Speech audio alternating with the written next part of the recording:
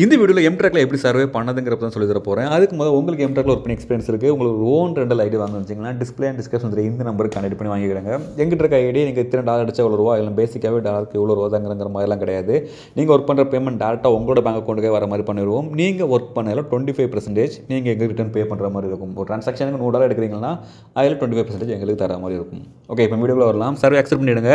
Survey லிங்கை first open பண்ணுங்கள். Survey பொறுத்தவரை மேக்ஸிமம் நீங்கள் ரீட் பண்ணி தான் பண்ணணும். ஏன்னா தான் கொடுத்தீங்கன்னா எல்லாம் போட்டுட்டு போயிடும். ஃபஸ்ட் கொஸ்டினில் பார்த்தீங்கன்னா மொத்தம் 5 பால் இருக்குது. 5ல் 1 லாஸ் ஆச்சுன்னா எவ்வளோ? நீங்கள் ரீட் பண்ணாமல் கண்ணை மட்டும் கொடுத்தீங்கன்னா ரிஜெக்ட் ஆகும். 5 பாலில் 1 லாஸ் ஆச்சுன்னா எவ்வளோ? மொத்தம் 4 பால் இருக்கும். தென் உங்களோட டீட்டெயில்ஸ், இப்போ நீங்கள் ஒரு ஐடி வச்சுருக்கீங்களா, அந்த ஐடியோட டீட்டெயில் என்னது, மேலாக ஃபீமேலாங்கிறத கொடுங்க. தென் உங்களோட இன்ட்ரெஸ்டட் அண்ட் ஒரு சில பேசிக் கொஸ்டின். இவ்வளோதான். நீங்கள் ரொம்ப மெயினாக பார்க்க வேண்டியது அட்டென்ஷன் செக் எந்தெந்த கொஸ்டினுக்குலாம் இருக்கோ அதை வந்து ப்ராப்பராக பண்ணணும். நீங்கள் ப்ராப்பராக அட்டென்ஷன் செக் மிஸ் பண்ணிட்டீங்கன்னா, அதாவது லாஸ்ட் டைம் கேட்ட கொஸ்டின் மாதிரி தான் கேட்பாங்க. ஒரு சில இடத்துல மிஸ் பண்ணிட்டீங்கன்னா கண்டிப்பாக ரிஜெக்ட் பண்ணிடுவாங்க.